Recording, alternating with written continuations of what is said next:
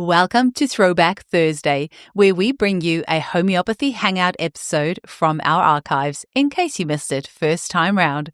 Because this episode may be a couple years old by the time you hear it as a throwback, some of the special offers, links, or content may not be valid anymore, so please keep this in mind when listening. You're always welcome to reach out to us at info@eugeniekruger.com. Enjoy the episode. Today's guest is the one and only Jeremy Sherr, who is the founder of Homeopathy for Health in Africa and the principal of the Dynamis School for Advanced Homeopathic Studies. This is the longest episode we have ever had on the show, and that's with very good reason. Jeremy is truly a treasure trove of information, which he shares with such passion and a great big smile. In this episode, we'll be talking about his new children's book that will be released before the end of the year. The date has not been confirmed yet, but if you email his assistant, Liz, she'll add you to the mailing list so you can be notified as soon as his book is out. So her email is Liz, L-I-Z, at dynamis.edu, dynamis.edu, or check the show notes. And if you'd like to have access to a huge selection of Jeremy's work, check out his Patreon site, which is going live today, the 23rd of November. So the link is www.patreon.com/Jeremy Sherr, JEREMYSHERR, or check the show notes. So he'll be sharing more about this in the episode today. We'll also be discussing noble gases, pandemics, mandemics, vaccine injury, and so much more. Be sure to check out the video of this episode on YouTube. We are now also on Rumble, as YouTube recently removed my video with Leah Golden, where we discussed COVID vaccine injury. So this episode also mentions vaccine injury. So if it does get removed from YouTube, be sure to check us out on Rumble. And check the show notes for more information, or visit www.dynamis.edu. That's www.dynamis.edu, or check out Homeopathy for Health in Africa.org. Thanks for listening. I know you're going to love this episode. Welcome to the Homeopathy Hangout, where we discuss all things homeopathy from around the world. And now my mum and your host, Eugenie Kruger. Hello, homies, and a very warm welcome to Homeopathy Hangout. Today, we have the one and only Jeremy Sherr on the show. Welcome, Jeremy. Thank you so much, and it's really a pleasure to meet you. I've heard so much about you. Oh, I have heard plenty about you as well. Today's going to be a fun episode because we have so much to cover. And I wonder, though, if you can start, Jeremy, with telling us how you were first introduced to homeopathy. I'm going to start with something else, and then I'll go into that. I'll just say that we are from the same tribe. Me and you from South Africa? Africans. We are both Aries in the right week of Aries. I will tell you that. That's the best Aries week. And we both believe that mothers are the root, the grassroots of homeopathy that needs to be cultivated. I do a lot of research. I do a lot of media. I try in every way to propagate homeopathy on this planet that I can. But I believe there's nothing as powerful as mothers. So I'm with you on that. Yes, I love it. Love it. Okay, good. So now, how did homeopathy find me? I was a hippie in the time when it was fashionable to be a hippie, but I was also into kind of alternatives, which didn't include homeopathy at the time. It was like nutrition, massage. I had one of the first health food shops in London, and making muesli, which was totally radical at the time, and baking bread and stuff like that. This was 1977. One night I was in a pub. I was squatting in London, and I was in a pub, and I was a bit sloshed and a bit stoned, I believe, as one does at the time. And if you're I started a true hippie, talking yes. Yeah, I was a true hippie, yeah. I had hair up in there at the time. I want photos. I can send it to you. I have. Anyway, so I spoke to this bloke. I asked him what he's doing, and he said homeopathy. I said, what's that? And he said, okay. I crashed out, and I woke up in the morning, and I went ding, and then I'm like, okay, this is interesting. But there was nothing available. There was nothing in London at the time that I knew about. There were a couple of well-known teachers, but hidden in corners of London. So I went back to Israel, to my homeland, had the obligatory motorcycle accident and lay in the hospital for 6 months, which was really good because I had this one book about alternative medicines, which was new and radical, 300 alternative medicines. And I read them all, and the only one that really grabbed me was homeopathy. Still nowhere to learn. And then one day I was walking down the street. I had tonsillitis, which I got 3 times a year. And my dad, who was a doctor, refused to give me antibiotics, which really pissed me off. How come all my friends got antibiotics and I didn't? And then I saw this homeopathic pharmacy that did some homeopathy. I went in there and they gave me this bottle with about 50 remedies inside. I took it and my tonsillitis vanished. So I'm like, okay, bang. And now where can I study? And it took me till 1980 to find a college in London. I got on the first plane. I went there. I studied, and I fell in love on the first weekend. And I've been in love since. That's 42 years ago. Oh. And I'm still as enthusiastic and passionate about homeopathy as I always was, maybe more. Oh, speaking about love, your wife has been on the show as well, the lovely Camilla. And you know what's funny? She told us that she found homeopathy in a bar as well. So you two have a common thread. We do. That is correct. Oh, I love that. Now, a little birdie has told me that you, with a very great dad, that is very good at making up stories for your children at nighttime. And that this has now culminated into a children's book. Can you please tell our listeners about that, what it's about? Because is it out yet? And tell us all the goss. I'll be happy to. I have 6 kids and 4 girls and 2 older ones, 2 younger ones. And I was telling them this bedtime story, and it just went on for the first 2 for 2 or 3 years. And then 10 years later, for the second 2, I elaborated upon it all the time. And every day I was here in Africa, I would go to clinic in Africa and I would think, what's the next episode going to be? And then I would come back and tell them the next episode, and they loved it. They wouldn't go to sleep without it, and they wanted more. But it became quite sophisticated, and every time I was adding stuff, it became a story. So I decided I'll write it. Now, up till then, I've written about 10 homeopathic books, but I've never written a fiction. And it was loads of fun. I loved it. Much more fun than writing a professional book, I have to say, because it's your own little world and you can do what you want. I wrote the first version, and I made the mistake of trying to stick my whole life philosophy into it in a kind of children adult way. Then all the publishers' agents said it's too long for a middle grade child's book, which is supposed to be, it's all very regimented these days with books. So if you don't do it exactly the way they want it, number of pages, age, all that stuff, they won't even look at it. And everybody and your uncle is writing a book since COVID. Yeah, it feels that way. Me too. Yeah. I'm not doing very well, but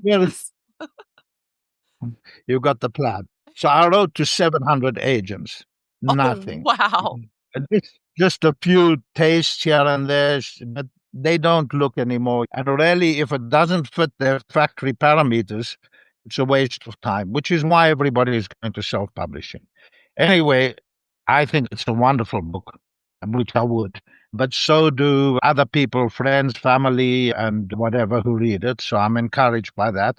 Of course, I take the opportunity to put hints of homeopathy inside for mothers and kids in a kind of subtle way, not in your face, but just trying to make them aware of it.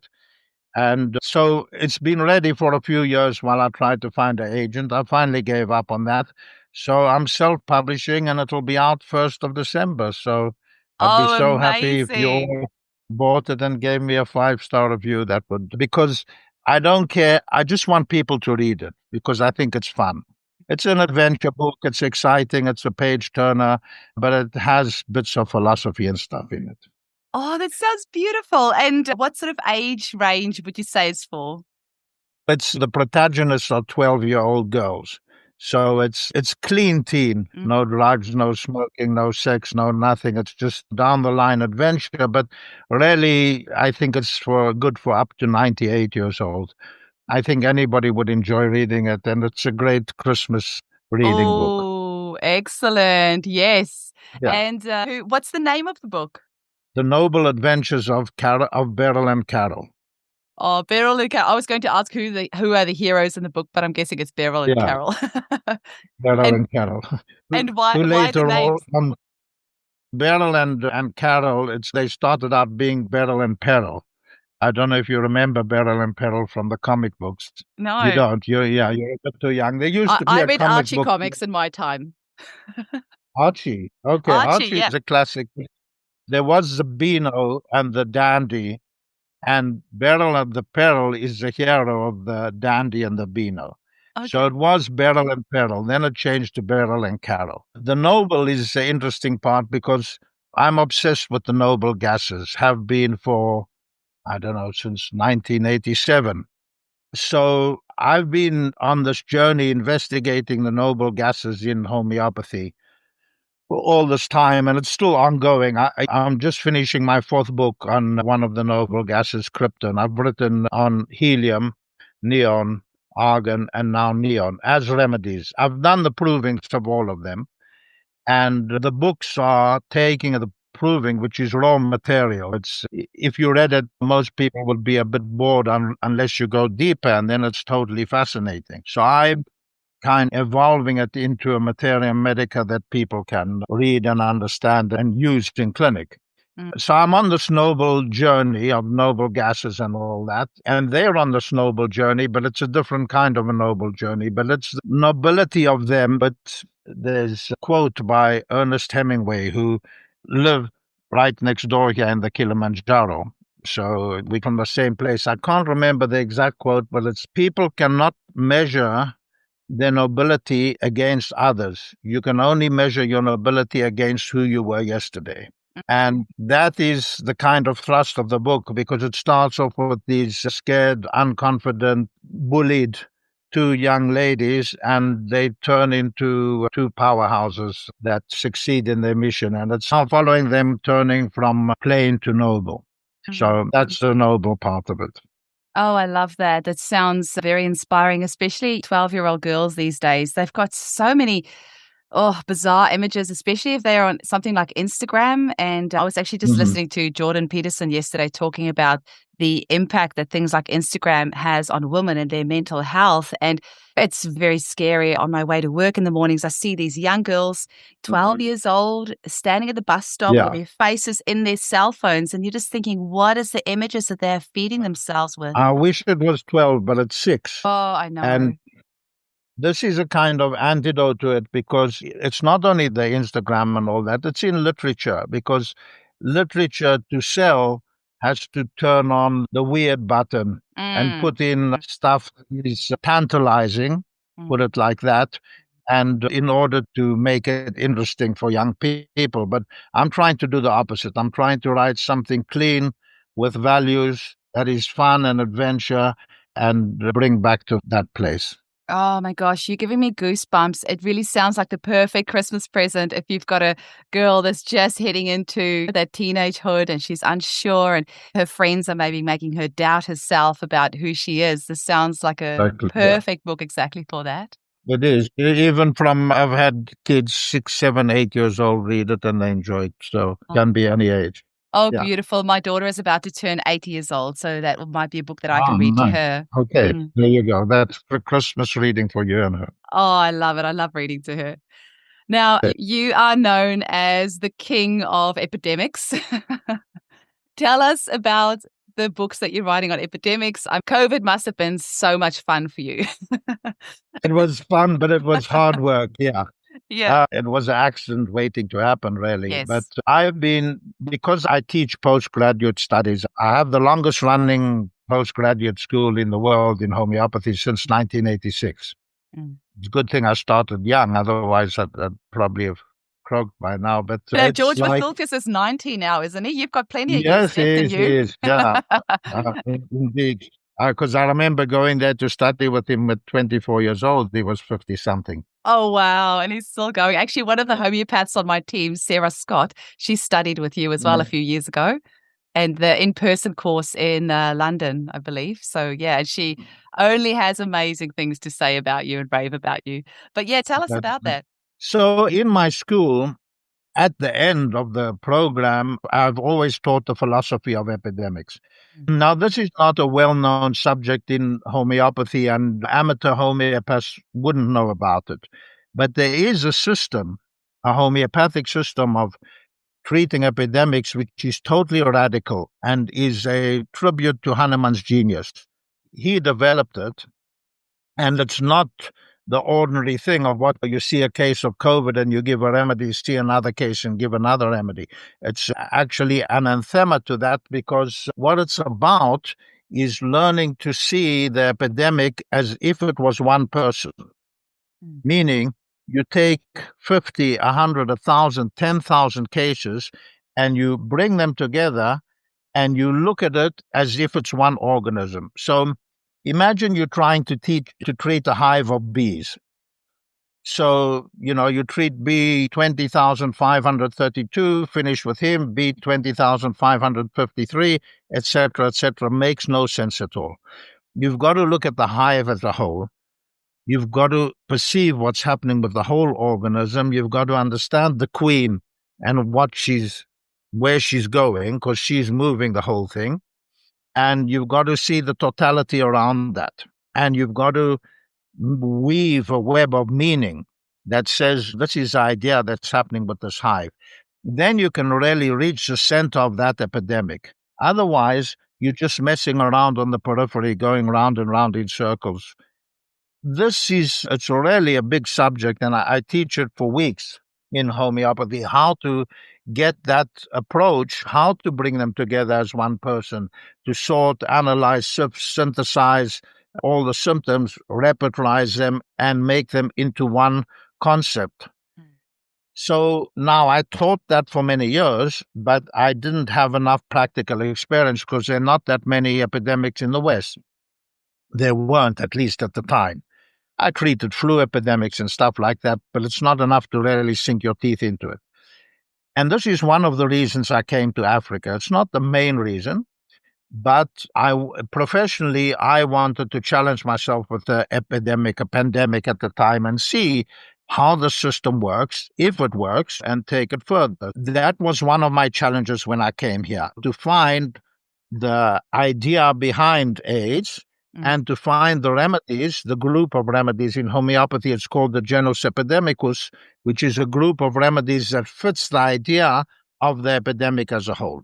I thought, and everybody and their uncle was telling me about, I gave this remedy in a case of AIDS, I gave that remedy in a case of AIDS. That totally didn't interest me, because that's exactly what I don't want to do, is treating B1, B2, B3 instead of looking for the queen.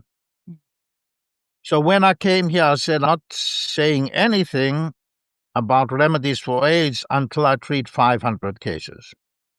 When I treated 500 cases, I said, 3,000. Okay, so I treated 3,000 cases until I arrived at an idea of what this whole big organism is about. I needed 3,000 because AIDS, being 50 million people, needs a large representation. If you have a small epidemic of 50 people, you need 6 people to get the idea. But this was different. You need a large representation to see what it's about. So I understood AIDS, saw so many cases that I knew the symptoms by heart, but that also meant I knew a symptom that was different and strange and stood out. And then I could fit it all together. So I collected all those thousands of symptoms and I made one entity out of it. And then I found the remedies for that entity. That's the hard bit in epidemics. The hard bit comes at the beginning, and the easy bit comes later, because once I had those 15 remedies for AIDS, it became extremely easy to teach not only homeopaths, but what we call barefoot doctors, Maasai in the field, or people who are clergy, or physiotherapist, nurse, whoever, how to use them very quickly. Even volunteers that we come out here with little experience and idea, I could teach them how to treat AIDS quickly with a huge amount of efficiency, because you are aiming for the queen, because you are looking at the whole hive and not one by one.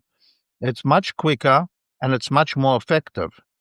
So the amount of success that we have with AIDS is too unbelievable for me to say here, so I won't say it, because then people will say, no, can't be. But actually, AIDS is one of the easiest things for us to treat. It's really a piece of cake in terms of what I mean is, what I want to see is this. I want to see people feeling better, having much more energy, and eating better. These are the first three things, and I'll tell you why. It sounds not so important in first world countries, but here, nobody has $1 hidden under the bed or in the bank or something. What you get that day is what you eat, what you feed your children. Now, the only work there is in the field, and that's 8 to 10 hours standing with a hoe in the hot sun and working for mothers who's usually the husband died from AIDS first for all kinds of reasons.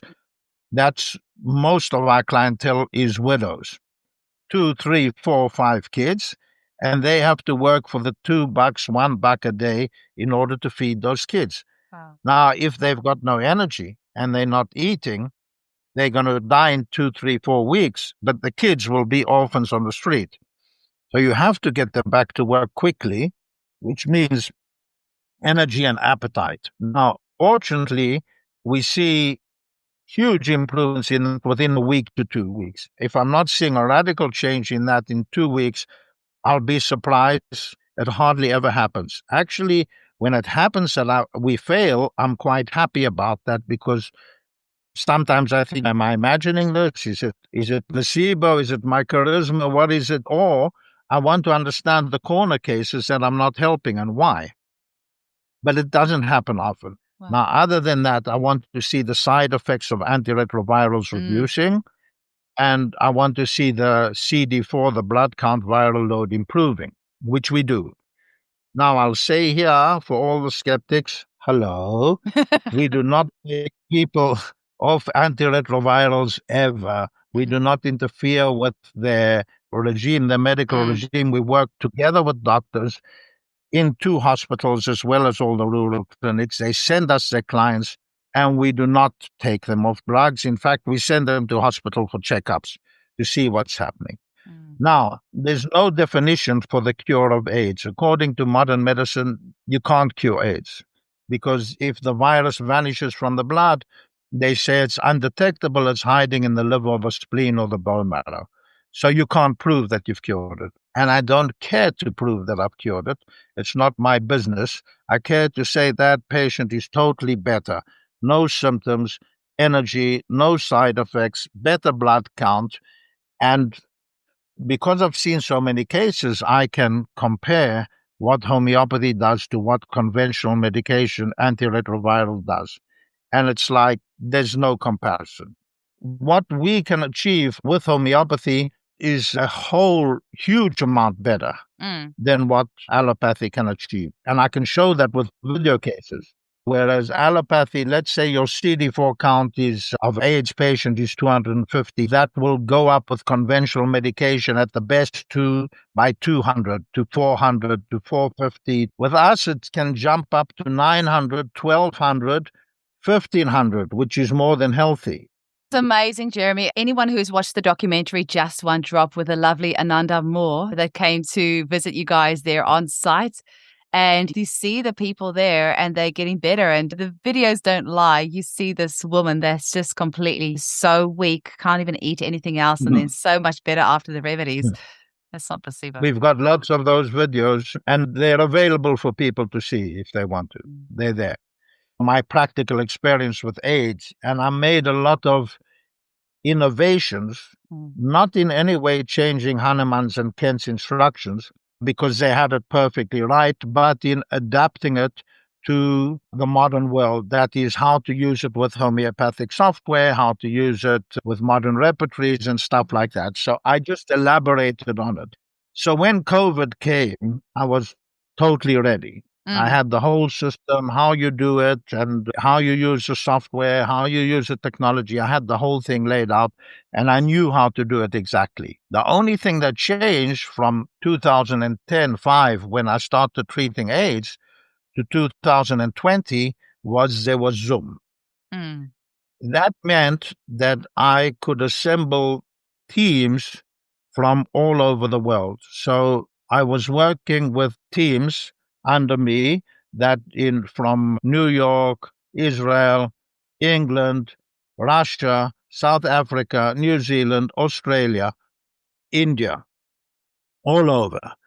And the great thing was that I was getting a lot of feedback very quickly. So I did a series of 8 free webinars where I taught the philosophy of epidemics, and then I collected loads of COVID symptoms from all the students, and I put them like that together as if one person. So I could perceive the epidemic in a much finer way than the allopaths who have about 10 symptoms. I had about over 500 symptoms because homeopathy is that much finer. Then I could put it all together, suggest remedies, get feedback, suggest more remedies, tighten it up, eliminate the remedies that didn't work.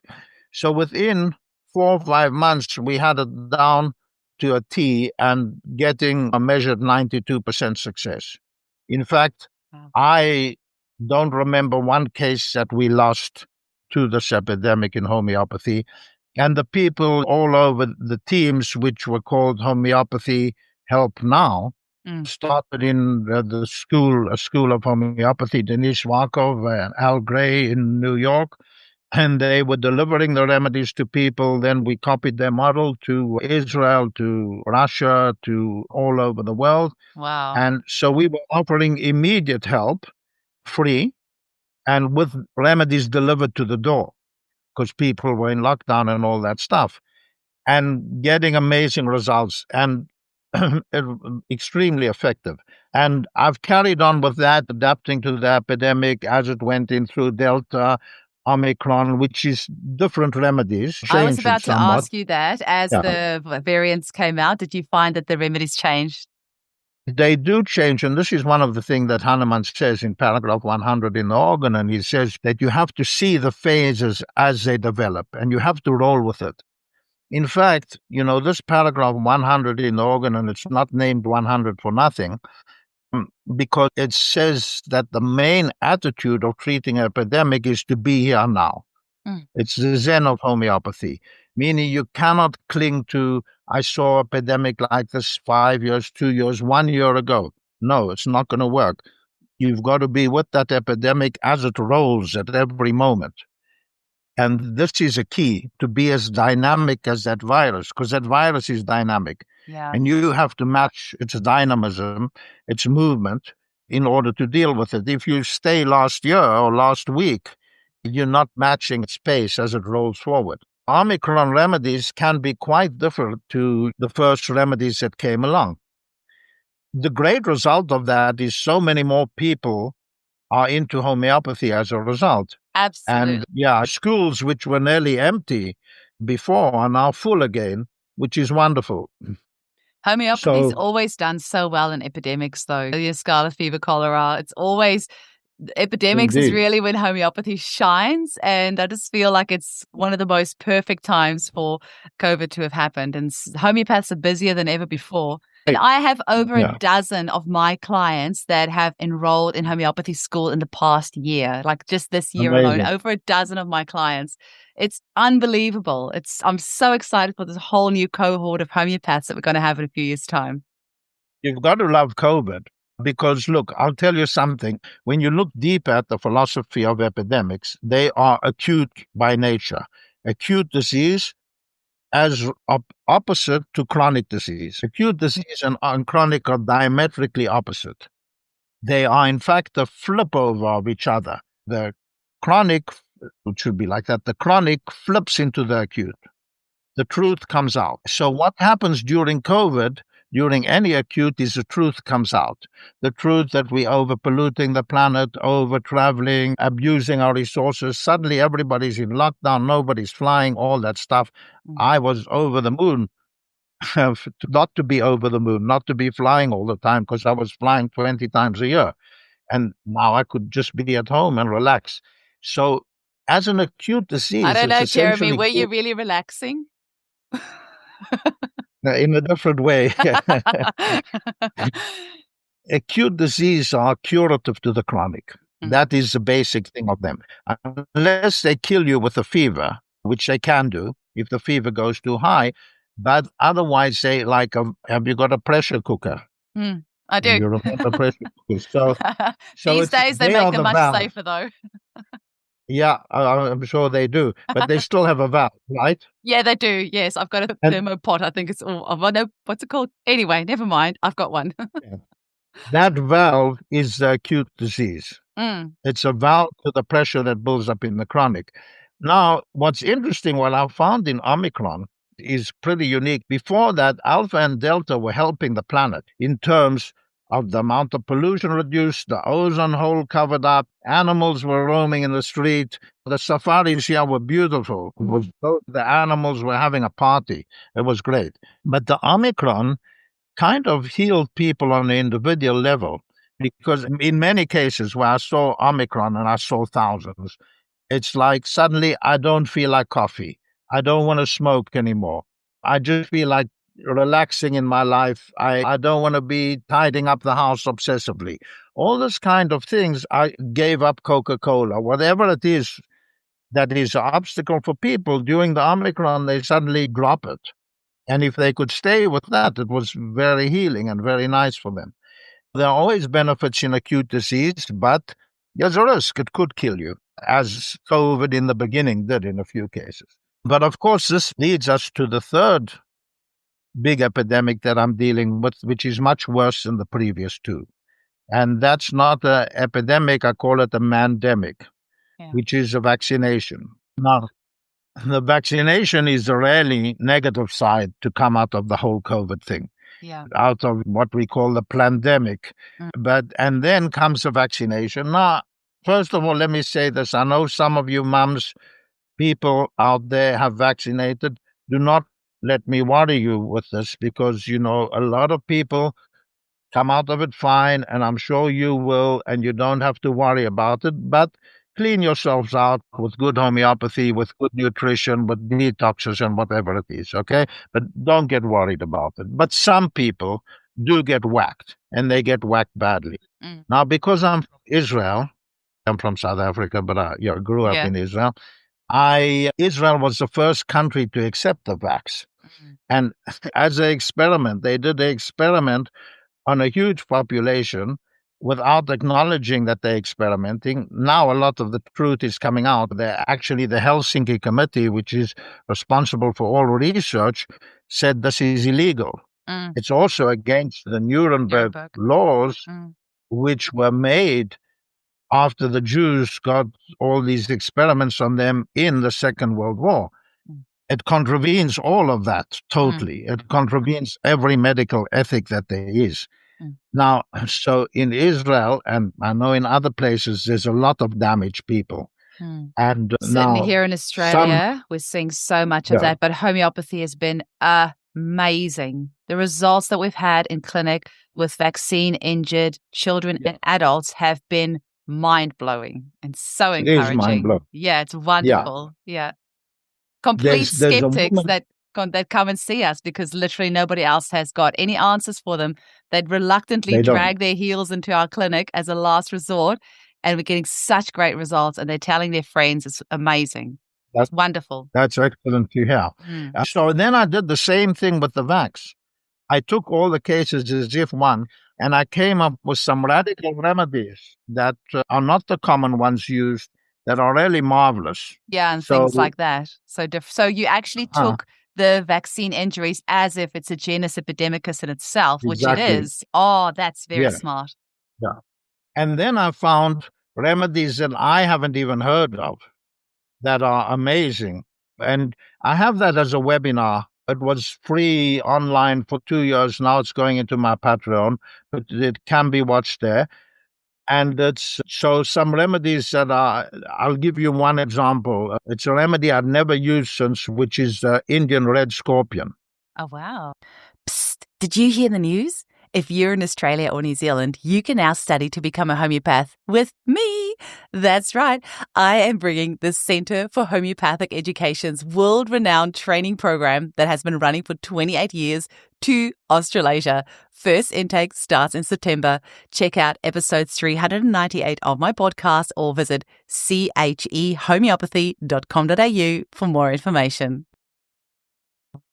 Now, this Indian red scorpion, I'd worked day or night on these cases, and it's amazing how well it fits the vaccination damage. You think of a scorpion like a vaccination, similar, but it's causing all these blood clots and everything else. So it's way beyond what Thuya can do and the likes. And it's helped hundreds, thousands of people that have used it in the right circumstances and other remedies like that. That's the benefit of doing it as a whole, because you find out little known remedies that you wouldn't automatically go for. Anyway, in Israel, this one woman did a project where she made an ongoing movie of all these vax damage cases, which you can see online, the vax testimonials, dozens of cases of people interviewing. And I treat all those, not all, whoever wants to, I treat for free. Then we're getting very good results with that, and that's great to see. But mandemics are much more difficult than natural pandemics or epidemics. That's what Hahnemann says in paragraph 76. He said, natural disease, God made a remedy for every natural disease there is, but he didn't make remedies for artificial diseases to the same degree. They can be difficult. We get amazing results, but it can be difficult sometimes. Once again, I'm saying, I'm sure a lot of you had 2 vaxes and until you wisened up. Don't worry. If you're okay, that's a sign you're okay. If you're not okay, and you might even have got placebo, because there was a lot of placebo involved. But if you're not okay, then there's homeopathy and we'll sort you out. So not to worry, okay? It's a beautiful message, because fear in itself is actually, fear can kill you in itself. So actually getting worked up about something and make you Fear is what made people take the vaccination in the first place. Absolutely. Fear and all that. And don't worry. If you have even the slightest symptom of vertigo or weakness or something like that, you can treat it with homeopathy. You'll be fine. It's interesting you say about the red Indian scorpion, because the Boothus australis, Leah Golden, Isaac Golden's daughter, I spoke with, and she said Boothus australis, which is an Australian scorpion, I believe, was really good. That's where they got it from, because I spoke to Isaac about it. I advocated the red Indian scorpion. Isaac didn't have it, so he tried the Boothus australis. Okay. And he told me that he was getting good results with that as well, just because it's difficult to get that red Indian scorpion. My first proving was Israeli scorpion. Okay. That's how I got well known in homeopathy, because I'll tell you the story, okay? I came to England to study homeopathy. I lived on a kind of alternative farm not a kibbutz, no, that's too straight for me. Alternative energy, hippie, self-sustainable, blah, blah. So people were getting stung by scorpions a lot because we were in a very rural area. So when I started to study homeopathy, I looked in the Materia, Medica, no scorpion. So I said, wow, how come there's no scorpion? There was small things, but nothing. So I went back, my friend and myself, we went on the hill and we caught the scorpion. I brought him back to England in a jar. And he sat there in the jar on my desk in my bedsheet for 3 months. Eat, wouldn't drink, wouldn't nothing. But he lived. He was alive. I didn't know what to do with him, because the problem was I didn't have a application. I didn't know what kind of scorpion it was. I didn't want to let him loose on the English unsuspecting population. So I didn't know what to do. In the end, I had to kill poor William. It was sad. William. So then I went back to Israel and I went to the Scorpion Institute, and they gave me identified scorpion, which is the most poisonous in Israel. I don't think it compares to your Australian ones or the Indian ones, but it's pretty bad. And that was my first proving. Now, and then nobody was doing provings then. And people wanted to hear about a new proving, so it was interesting. So I got invited places and I got teaching.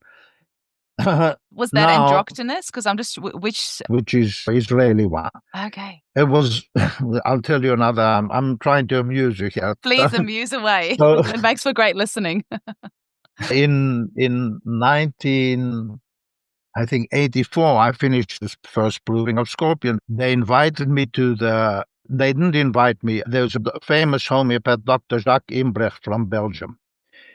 And he wanted me to come to the Liga conference to lecture about it. Now, the Liga is the doctors.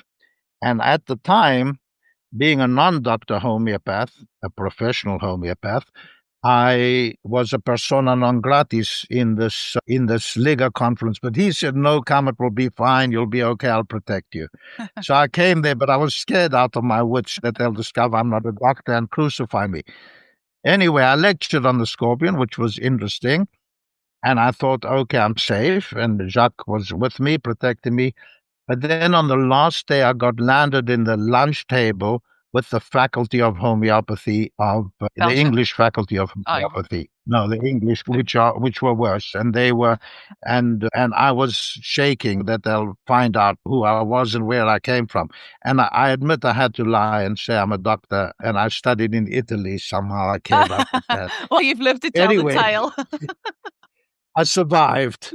And since then, I've been invited to many Liga conferences. They've softened up their attitude totally, which is great. But so I know about scorpions. And I would say the most fitting is the red Indian scorpion, but because it's got neurotoxic qualities and blood coagulating qualities, it's very fitting. Isaac told me they're getting great results with Butus, so that's good to hear. I'll tell you that I've had great results with Buthus because I had Leia on the podcast. Oh, she was early on. So, a few months ago, and we've been using Buthus since then in my clinic. And I've had so many of the mums who have had all sorts of clots in the menstrual blood after being in contact with somebody who's had the vaccine. They've had wonderful results. So, I can definitely vouch for That's good to know. And another one to remember is Bothrops lanceolatus, which is a snake, but it's a snake that specializes in coagulating blood and causing clots. That's also proved a very good remedy as well. There are many others because there's other sets of symptoms that are not so drastic, like weakness, loss of memory, stuff like that, and we have other remedies for that. But I can happily send you the list of remedies that we use, Naxmoshata, Lumina, that we use for vaccination. That's incredible. And have you found that there was a different set of symptoms depending on which brand of vaccine people have, or was it pretty much the same across the board? There is, to a degree. I found AstraZeneca to be absolutely awful, really knock people over in a slightly different way. But Moderna and Pfizer were too fine to differentiate between. I think more pertinent is that they use different amounts and different mixtures in even Pfizer. So you don't know. You could be getting Pfizer 1 out of 10 or Pfizer 10 out of 10 because they were experimenting on people. And I think that makes a huge difference. Quick question for you, Jeremy. Why do you reckon it's harder treating a mandemic than a pandemic? Did you hear the news? Our annual sale is happening on Friday, the 17th of October until Tuesday, the 21st of October, 5 p.m. Australian Western Standard Time. Grab yourself our world-class kits, single or combination remedies, Narayanis, tissue salts, and so much more, all at incredible prices. Visit eugeniekruger.com. That's a good question. It's not natural pathology that develops slowly, organically in well-known pathways. We know how a diabetes develops, how a cancer, how a TB develops, and it's got its kind of pace. But allopathic medication is much more aggressive, and it bypasses those pathways, and it will always cause disease. Hahnemann talks about it also in 31, 32, 33. I'll give you an example for the difference. There's two kinds of thieves, opportunistic thieves and deliberate thieves. Opportunistic thieves, they walk down the street, they see you left your iPhone on the windowsill, while you're checking your apple pie, and they, iPhone free, window, no one there, take it, off they go. You can deal with that by being careful. Keep your window closed. Don't put your iPhone on the windowsill. Look after yourself, etc. Find the old iPhone with your machine. A deliberate thief will come through the wall of your house with a bulldozer, break the wall, shoot you, find your iPhone and your safe, and take them. That is much more difficult to deal with. It's the velocity, it's the deliberateness, it's the suddenness, it's the bypassing natural pathways that make it much more difficult. I'm not saying impossible, because we're getting great results with the mandemic, but it's more difficult. Yeah. I can certainly say that with my treatment of steroid withdrawal syndrome in some of my clients, that it looks like eczema, but it's not. And it is so much harder to treat than actual eczema. And because Indeed. it's disease created. And oh my gosh, that's a whole other story. There's two things. There's a formula that I use in Epidemics. I don't know if you remember it from physics class. It's like energy equals mass times velocity squared. You remember that? Yeah. E equals mc squared, the same thing. Now, the velocity of a disease is its speed, its suddenness. And the velocity of a vaccination, for instance, is much more abrupt and sudden than the velocity of the COVID virus, for instance. They stick it into your blood and that's it. Yeah. You poison. Yeah. Within minutes. Mass, so that's the velocity squared. Yeah. But mass, however, is the quantity that they give and the duration that they give it. It's not constant heavy force. So when people are on steroids for 2 weeks, you can deal with it. When people are on steroids for over 2 years, it's a mission. I'm telling you, moms, people out there, once again, there's always hope. There's always stuff you can do. You can always help. So don't give up on it. If you've been on steroids for 5, 30, 40 years, you can be helped. Promise you. It's just a bit more difficult. It takes more time. It takes more energy. You've got to give it that time. You've got to know that it's a journey to come off the drugs. And your body wants to heal. You will. You'll heal. But give it the time. One thing about homeopathy is people think, I go once, I go twice, it hasn't helped me, goodbye. You have to have the patience with homeopathy. It's a journey. It's not a wham bang. And the good thing is, though, it's not like when you go into the psychologist or the osteopath, you go twice a week and pay more money, a lot more money over that time. You go once a month or you talk on the phone. It's much easier. In the end, the expenses are less. All you have to be is commit yourself for a longer term and you will get the best results. In acute disease, you're going to get the best results in 5 minutes. In chronic, long-standing disease that has been there for a long time, you have to give it the time. It's a different pace, but you will get better. So, Jeremy, let's have a quick break so you can grab some water, take a breath if you need to. So, Jeremy, that's very nice. You've also written a gazillion books, and you have got a gazillion more books that you are planning on writing. That's right. You maybe want to tell us about Krypton. Before we started, you asked me an interesting question. Do you remember that? What that was? No. I'll remind you. Okay, that's okay. You said, how does it make you feel that you've got all these books to write? Oh, I did, yeah. You remember? Yes. Yeah. Okay, cool. Okay, let's try that. How does it make you feel that you've written all these books and you've got a gazillion more books that you want to write? With all these books that I want to write, first of all, you mentioned some homeopaths. It's very prevalent that they just get people to write their books for them. Yeah. I don't do that. It doesn't suit me.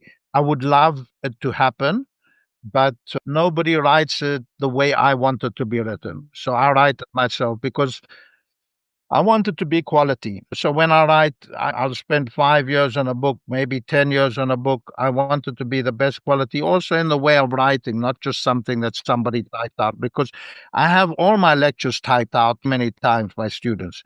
It doesn't read nicely. I want it to read. That's interesting, because I was going to say, surely if you just record yourself as you're going for a wander in Kilimanjaro or as you're playing backgammon and something comes up and you're just talking in a speakerphone and somebody dictates it, surely that would be all recorded 1,000,000 times. All my lectures are recorded, written, typed. There's a wonderful homeopath called Rebecca Stirrup, which you Yeah, probably she's know. amazing. She's been on the Yeah, show 3 times, yeah, or twice, yeah. she is. She's great. Love her. And she typed out all my AIDS course and all my COVID course, and she did a great job of it. I can't put that as a book. Some people might, I can't. I need it to sound good, to be good literature, if possible, as best as I can produce, to be nicely put together. So I won't compromise on doing that. When if I croak and I haven't finished, then they can publish the rest of the stuff like that. But while I'm around, I do a good job. So, for instance, my book on syphilis, it was all lectures I had, but it took me years to put it together because I put it together with poems and I tried to write nicely and I edited 10,000 times to get the product that I want. That's just me. It's not a good thing. Otherwise, I would have written all the books and made more money, but that's how I am. And I'll tell you, there's the story. There's a wonderful book that goes with helium. So it's a great fiction, but it's partly involves elements of reincarnation, which is typical for the remedy helium, which is all about incarnation. Okay. And there's a story there, a wonderful story in this book. Dara Horn is the author. She's a New York Jewish lady, and it's called The World Beyond. Okay. So there's this old Jewish rabbi who dies and goes to heaven, and they put him in this library that is full of the most wonderful books. And he is so happy. He says, wow, this is my heaven. This is great. I can sit here reading all these books now. They say, these are not the books for you to read. These were the books you were supposed to have written while you were alive. Oh. And that is in my head all the time. I So feel I've very got mean saying this, but I'm glad that's haunting you yeah, because the when you've got 40 years behind you, you've got so much experience, and it's amazing learning from people like you that have got that much experience. And I am somebody that really dislikes reinventing the wheel. And I just feel if somebody's already done something amazing, why would I go and redo that? I would rather just learn from that person and go from there. Sorry, no pressure, Well, I but yeah. totally agree. And I don't invent wheels because I take Hahnemann and I take Kent and I take other great homeopaths, but I try to translate it into a modern way of thinking without changing one iota of the main message that they are giving. Anyway, I need to live a long time to finish writing these books. So that's the reason I try and live healthy. Otherwise, I don't care. But I made a list the other day of books I can think of writing, and I came to 30 something. Then I stopped because I realized it's too much anyway. I'm lucky now that, as well as good helpers, one of the people who has come back into my life is Wenda O'Reilly. She was a student in my Dynamis School in 1993. And everybody in the school has to write a project for finishing project. And her project was to categorize the organ into sections. Is her surname also Brewster? Yes, She the one that, okay, wonderful. Yeah, she translated the organ. Wow, so she studied with you? Yeah, in 93. And because she did this project for the school of dividing the organ into sections, then because of that, she became dissatisfied with the translation. Because of that, she went and translated it. I'm very grateful to her for that. Took her 4 years to translate. Now, I wrote the foreword to that and to that organ, but I wasn't totally happy. So there were parts that I loved and there were parts I wasn't totally happy. So she wanted to know why I was not happy. This is 30 years later. We're good friends, but hadn't seen each other for a long time. She came to Tanzania. We sat by the swimming pool here, and because we both love to swim, and I told her that's why I'm not happy. So she decided to translate it again, which she's doing now. She learned German for that purpose, and we're working with a German-speaking homeopath, Chris Kurtz, and myself. I'm the philosophy department. So we're doing that book. Now, she's still being linguistically correct to Hahnemann, and that's usually where it becomes difficult. So I am writing my own organ now. There are various kinds of translations you can do. You can do a word for word. You can do elusa. And I'm doing an adaptive translation. Adaptive translation is the loosest type. It means that you take a Shakespeare, Romeo and Juliet, and turn it into a 21st century movie of rock and roll, whatever.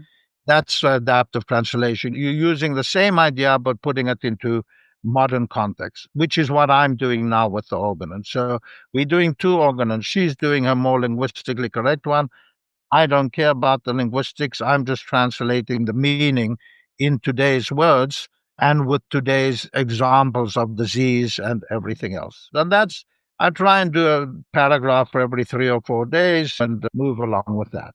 Jerry, I just want to thank you in advance because I am one of those people that find it really hard to read the old texts when they talk about dropsy. And it's, you have to go look up what on earth is dropsy. And they use, I know, all these really... You can read about the plague of the Levant, and who cares about the plague of the Levant? I've got COVID. Exactly. I'm not somebody that cares about the linguistics either, I have to say, because I have a busy practice. I want to know what on earth does this guy mean in this language today with words that we use. And I feel a lot of time is wasted by having to go and do research and use the repertories these days are pretty good in that if you use a word that's, say, if you would say blocked ear, it will take you to stopped ear, or if you say metrorrhagia, it will take you to heavy flow, or the repertories are pretty good these days, but it's still wasting time trying to figure out what is this word and what does it mean in today's time. So that's very exciting. Yeah, which is what I'm doing. And also changing the grammar from the passive to the active and making it like a smooth, easy read, even with a little bit of humor in it, because Hahnemann liked humor. He had his jokes in the organon, quite a lot of it. He does, and lots of rants as well. I sometimes feel if we can cut some of the rants out, that would actually be really good because you can tell he was a passionate Aries. You can see that fire coming out in his writing. But I can see that if you think of how he was chased from town to town, I think if maybe he probably could have worded things in a nicer way. They always say you can catch more flies with honey than you can with vinegar.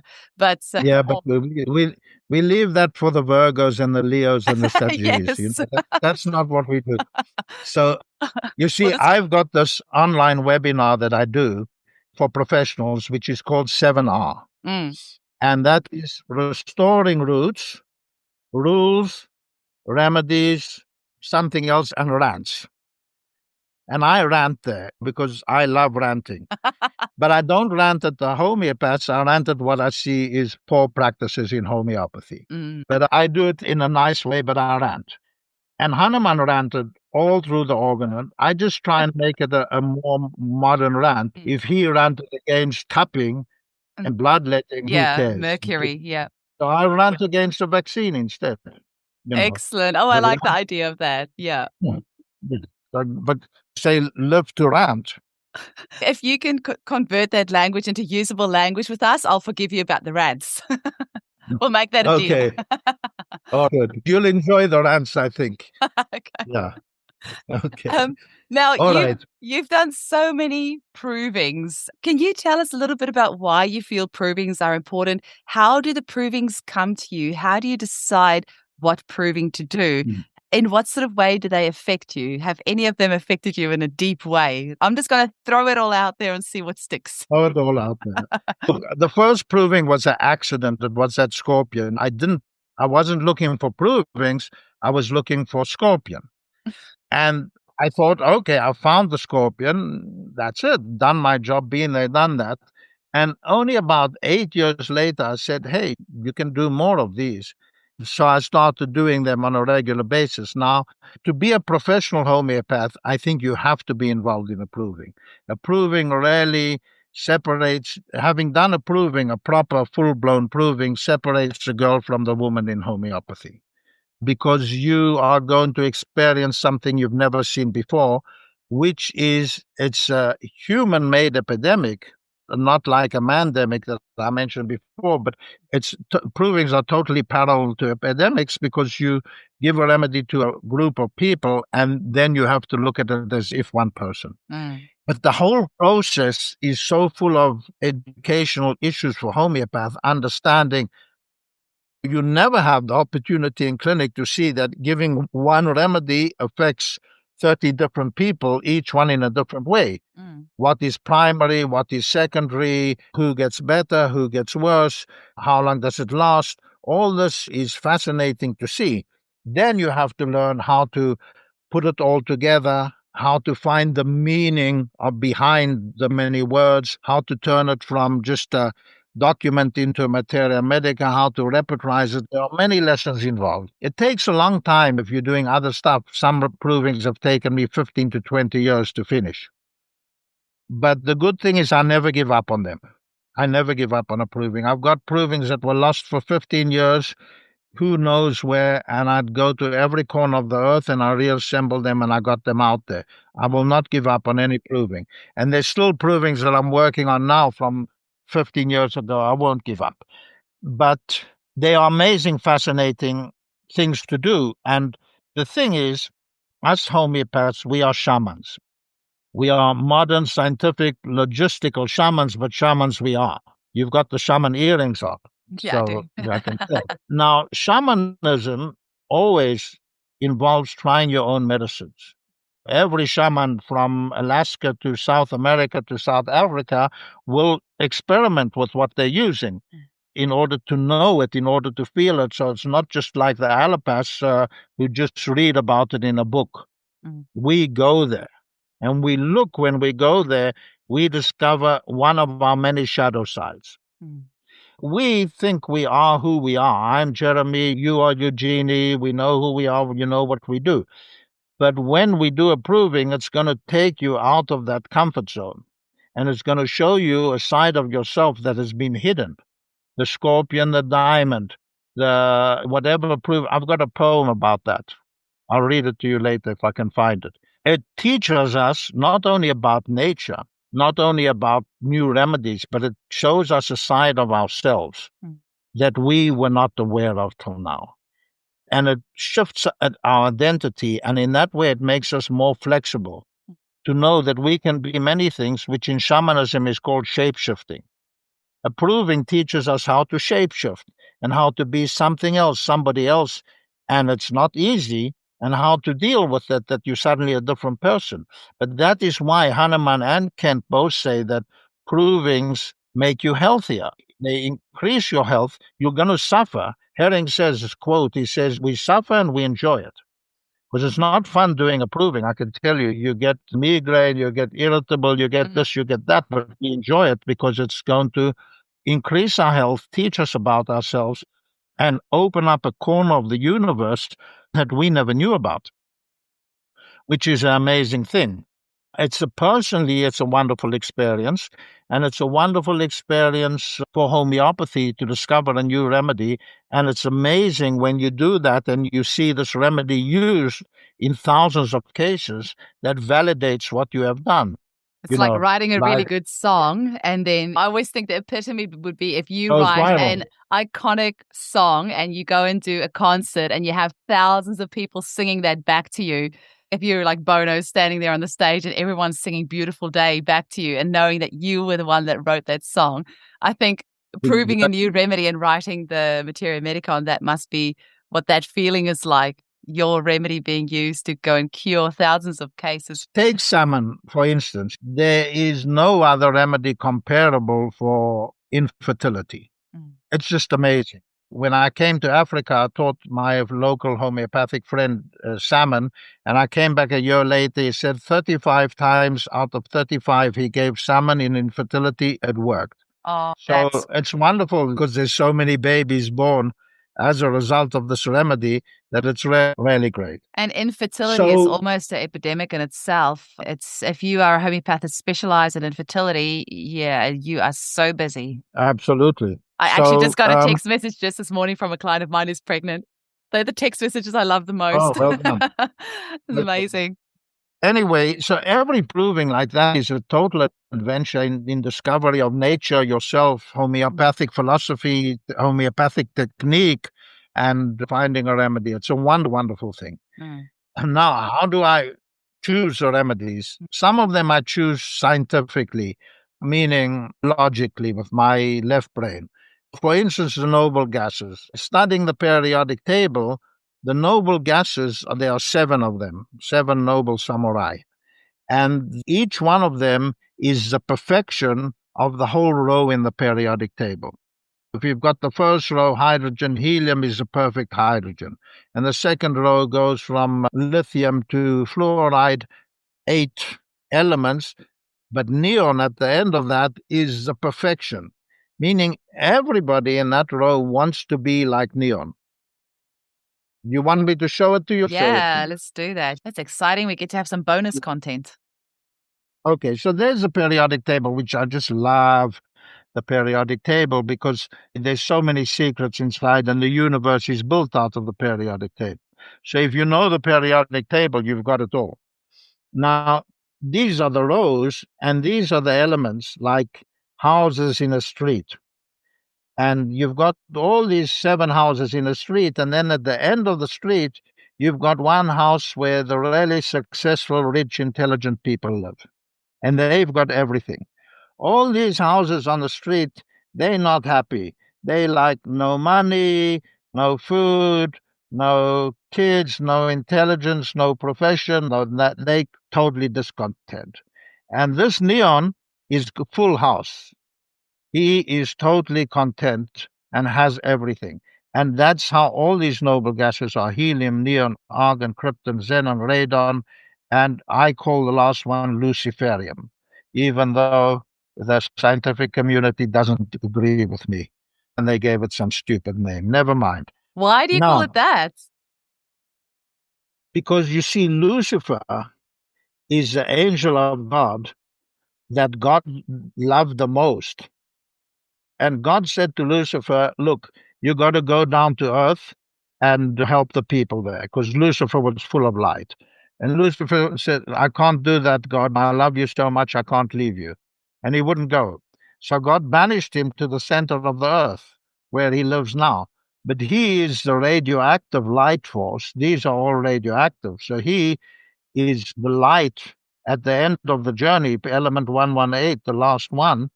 And he has the power to transform everything. It's not an evil thing. It's just the light at the darkest point. Wow. Now, so you see, each one of these 7 samurai has its own characteristics. But what I thought to myself back in 1986 is that if we understand the noble gas, then we will have a way to understand what all these other elements want, what they want to achieve. Because the whole of chemistry is built on one thing only. All these elements are trying to imitate the noble. All these guys on the whole street are thinking, let's get together and then we'll be like the noble at the end of the road. So, for instance, you know the remedy natrum muriaticum, natrum chloride, okay? And natrum muriaticum is like love, disappointment, and grief and stuff like that. Now, natrum, you see, this is 7, it has 1 external electron, and this one is 17, it has 7 external electrons. They will join together to have 8, which makes them look like argon. So they are trying this table salt thing. Natrum muriaticum is trying to look like argon, to imitate argon, except they won't be able to do it perfectly. So natrum muriaticum is a great remedy for love disappointment that was never meant to be, like falling in love with the wrong person, the married person, whoever it is. Argon, the love disappointment from the perfect union, the perfect love between 2 people, and then for whatever reason they have to separate now. But the love itself was perfect. So that's just one of many examples to show you how these are the perfection. It's beautiful having that visual representation. So definitely for our podcast listeners, you'll have to hop onto the YouTube channel and check out the visual representation. Okay. Makes it really easy when you've got that visual. I'm a very visual learner anyway, so it's really nice. I can just imagine that street of houses and that really flash house right at the end. And yeah, very interesting. Exactly. And the flash people and the people who have made it and have it all, of course, they have their own problem because they're so perfect. They don't mix. They don't mix with anybody. They don't go to the party at the end of the road. They have a problem. That's why they called the inert gases too, because they don't mix with anybody. So they can get pretty inert. There's two sides to them as well. But my journey, my 30-year journey in studying these in depth, is through understanding these, I get to understand what is perfection, what is the downside of perfection, because perfection isn't perfect, and what all these other guys are looking to achieve. So that's the game. But I proved many remedies from this periodic table, as well as the nobles. I proved hydrogen, I proved, let's see, gallium, germanium, iridium, neum, tantalum, all kinds, many of them I proved.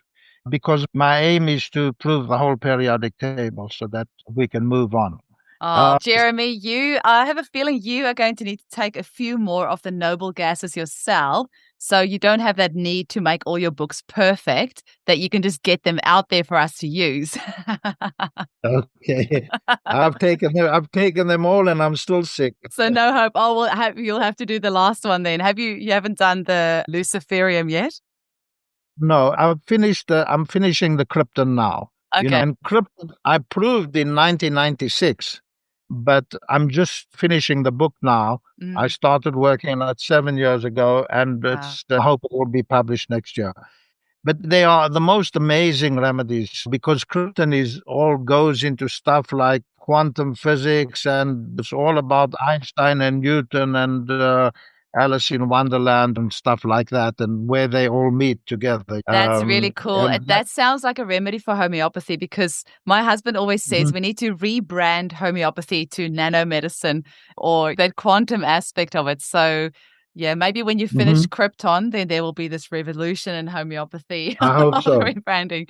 But yeah, that's amazing. Do you know, I think one of the worst things somebody could ever ask me to do, apart from going to the dentist, would be to take all the proving information and put that into a book. That would be my worst nightmare, because when you've got all those gazillions of symptoms because we did a proving on I'll tell you something.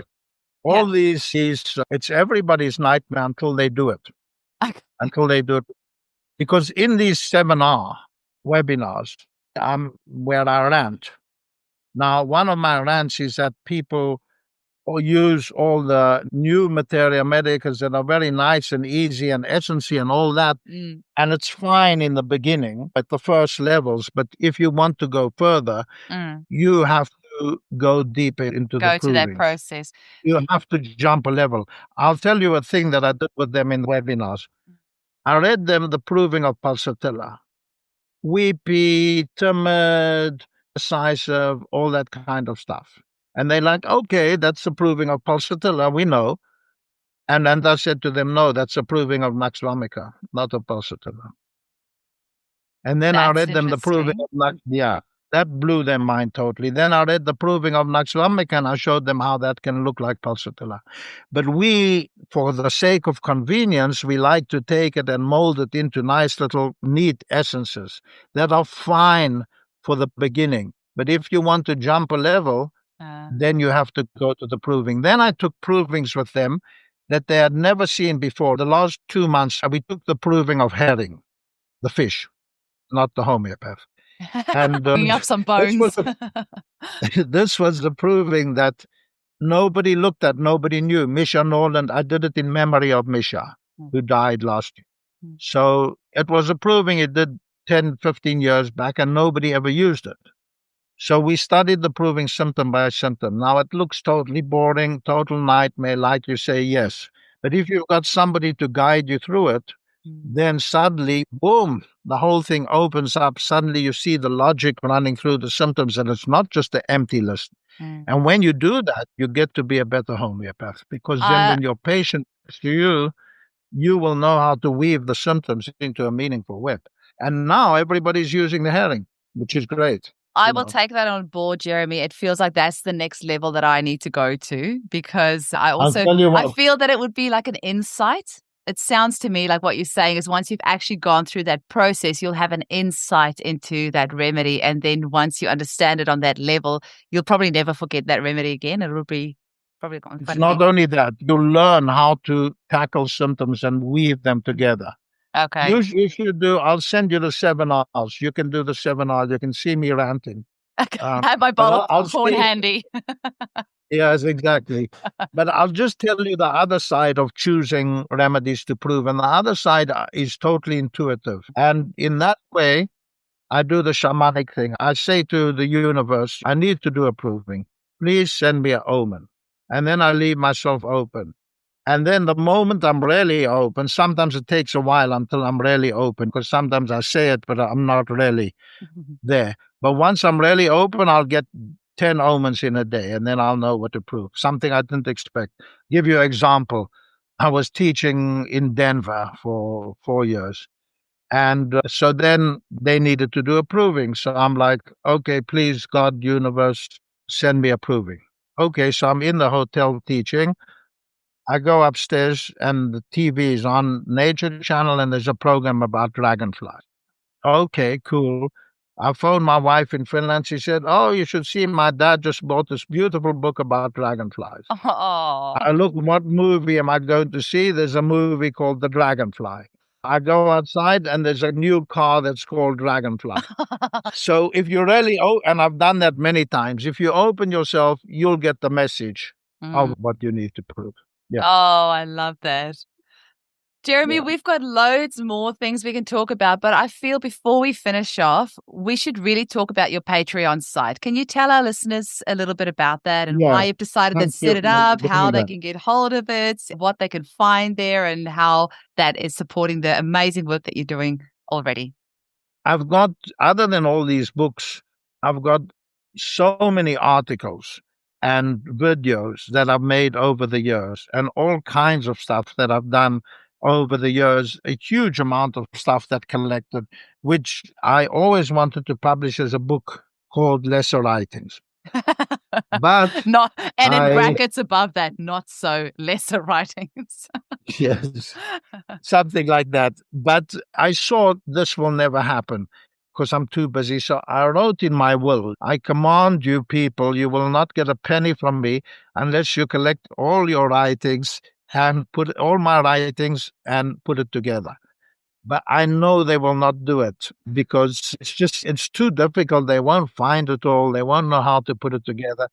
And I don't want the stuff to get lost. And really, there's a lot of good stuff in there, articles from 40 years and videos and podcasts and webinars, all that stuff. So I looked for years, how can I do this? And finally, this Patreon came along. We looked at a few alternatives, and this Patreon is perfect for me. So I'm loading a lot of stuff. I must have loaded 30, 40 articles and more videos and provings and all kinds of stuff. And I've got lots more to load. And then it's a subscription program. I'm trying to make it reasonably priced. And all that is available. Plus, you get all kinds of nice extras. I'll do a Zoom once in a while and answer questions. But really, it makes me incredibly happy because if I can take that line out of my will and just say, all that is out there and I don't have to worry about it. And I don't have to make it perfect either. That's a great thing. Otherwise, I'll just mess around with it for years trying to get the perfect book. So this way I just put it in and it's subject to change and stuff like that. So I've been working on that loading stuff for the last 6 months. My wife did one, Camilla, on agri-homeopathy. She did it in 2 weeks. Took me 6 months messing around with it. And finally, it's just about ready to go. And Liz, my astrology commander, told me it has to come out on the 23rd of November. Oh, that's So my daughter's 23rd of- birthday. Hey, because it's a good day.